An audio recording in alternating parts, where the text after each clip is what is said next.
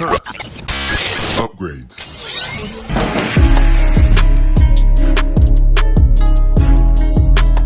Welcome back, ladies and gentlemen, to another JVS movie review.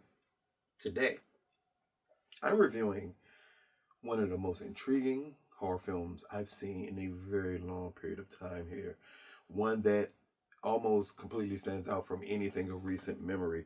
And this one is called In a Violent Nature. This is directed by Nash and it stars Barrett. But here's a quick synopsis.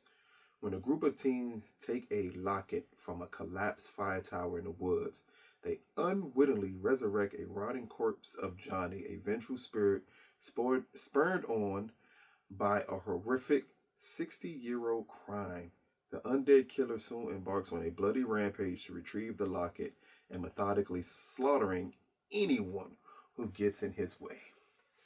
Now, normally for any film, this is where we talk about the actors. We talk about how amazing of a job the actors do here. This will not be that case with this film. In a Violent Nature, the cast is good, but that's not the star of this film.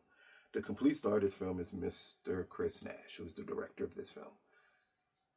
I've never seen a horror film that pays homage to the 80s methodically paced slasher films. If you know the way Friday the 13th was before it got ridiculous. Early Hollywood, especially the first one, the way how methodical Michael was. Here with Johnny, we get the exact same killer. And not in the motions of the same, but I mean the exact same killer and just how methodical he is. But even better, we get this horror movie shot from the perspective of the killer. And what makes that interesting, because we've gotten plenty of films, whether it be in the horror genre or the thriller genre, where we get the perspective of the killer doing everything. But I don't think we've ever received a film from the perspective of the killer where the killer doesn't talk. Johnny does not talk. It's like if you watch Halloween and it was strictly from the perspective of Michael Myers and not Laurie. And how different that movie would feel to you. Like it's certain amazing shots that Chris pulls off in this film, and it's just pacing of Johnny as his attempt of finding this locket and attempt to find these people who really disturbed his grave. It blew me away, the cinematography in this film on this type of budget. The cinematography in this film is brilliant. The sound editing, brilliant. Like it's no true soundtrack to this film. So it's not the haunting theme that you get from horror films. The haunting theme you're getting from this film is nature. You hear the crickets, you hear the trees rustling, you hear leaves, you hear all of this environmental sound. And the whole time it's just Johnny pacing, looking to get this locket back. That unto itself is utterly brilliant, that you would take this premise and say, hey, I want to do something that could pay homage to the 80s horror films, but do it in a unique way. And that's what you get out of this film. Because in the end, the plot is very simple. The plot feels like almost any other slasher horror film here. Where granted, you wake up the demon then attempts to kill you to retrieve whatever you took from him, or just because you woke him up. And now he's an unstoppable monster like that. We've seen that countless times. But we just never seen it from the perspective of the monster doing the killing, and it not be a monster that's explaining anything to you. Like, if you just got dropped in the middle of this film, all you would really see is Johnny walking. You would see lots of walking. You would wonder what the heck is going on here. And that's what made this film so interesting, is that because of the way that it's shot, and we see the pacing of Johnny, even him stalking the kids from time to time, it's hard to put into words just how amazing this film is to me. Because sometimes the simplest premise with a bare bones budget can do a phenomenal job in setting up a horror film. And this is that type of film here. This is a killer that you kind of want to see more of even after this film. Again, this is such a simple plot. I don't know any of the kids' names. No need to know their names. They're not important in this film. At one point in time in the second act, we get to a sheriff station where the sheriff kind of explains who Johnny is and why he's the way he is, and what happened in the past. Like, I would love to get a film if we talked about the past stuff that led to this point of Johnny. That would be great. But that scene is so short, and it just gives you just enough explanation to keep the story moving, to keep exactly what's going on moving, because they do a great job of not overly explaining the killer.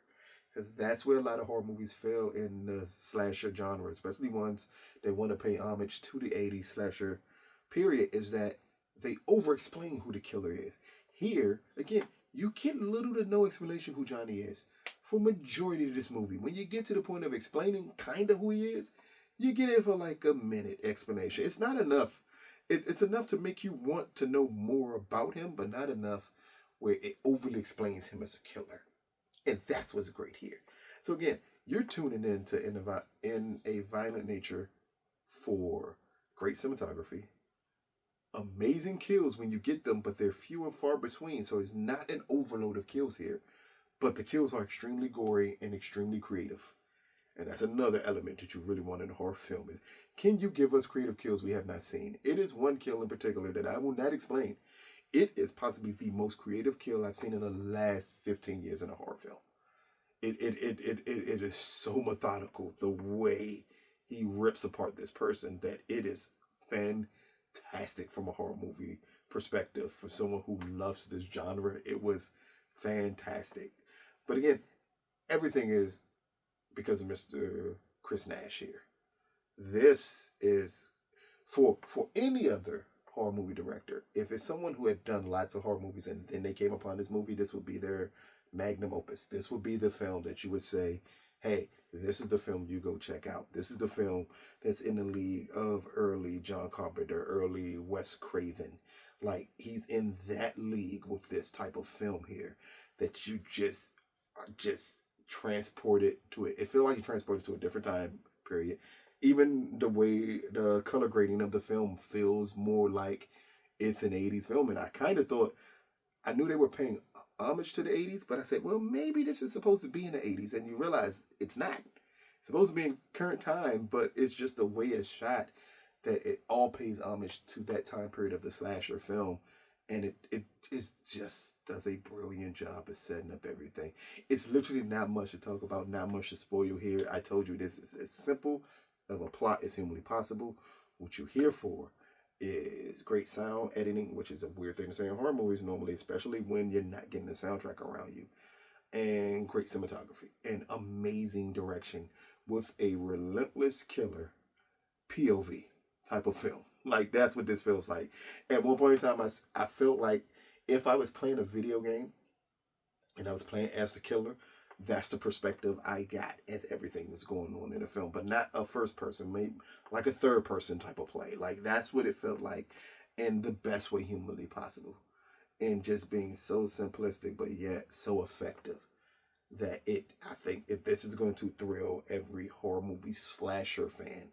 Because we haven't gotten good slasher films, and we definitely haven't gotten one like this that pays perfect homage to the 80s. So, In a Violent Nature, brought to you by IFC Films, and this film will be only in theaters, I think, for a week or two. So please check it out. If you can get to a theater, especially if your theater has late night showings or midnight showing, this is a perfect film to go see it. So if your local theater is showing it, like here in Washington, D.C., our local theater is showing it, and I'm going to go see it again, even though I've already seen it twice now. I'm still going to go see it again in theaters because I want to see it with a group of people. So if your local theater is showing it, please go check it out. But it will also, after that, be premiering on Shudder. So In a Violent Nature, out of a possible 10, I'm going to give this movie a 10 out of 10. This is, I'm blown away by this film. And I don't get blown away by many films. This film, just, again, it's so simple, but it's executed so well. It is not a flaw in it. This is one of the few horror movies where I didn't care that I didn't know much about the supporting characters, because from the beginning, they kind of let you know you are here for the killer. You're not here for anyone else. And it's very upfront about that from the way it is shot from the beginning. Almost from when it set up the first opening shots of them taking a necklace, and we get to see Johnny come out of the ground.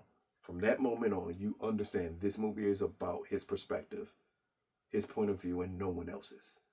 And because they do that, you don't mind not knowing much about the other kids here. But you're in for a ride with Johnny throughout his adventures and throughout some of the best shots you'll ever see in a horror film. But check it out. Let us know what you think. This has been another JVS movie review. Peace, people.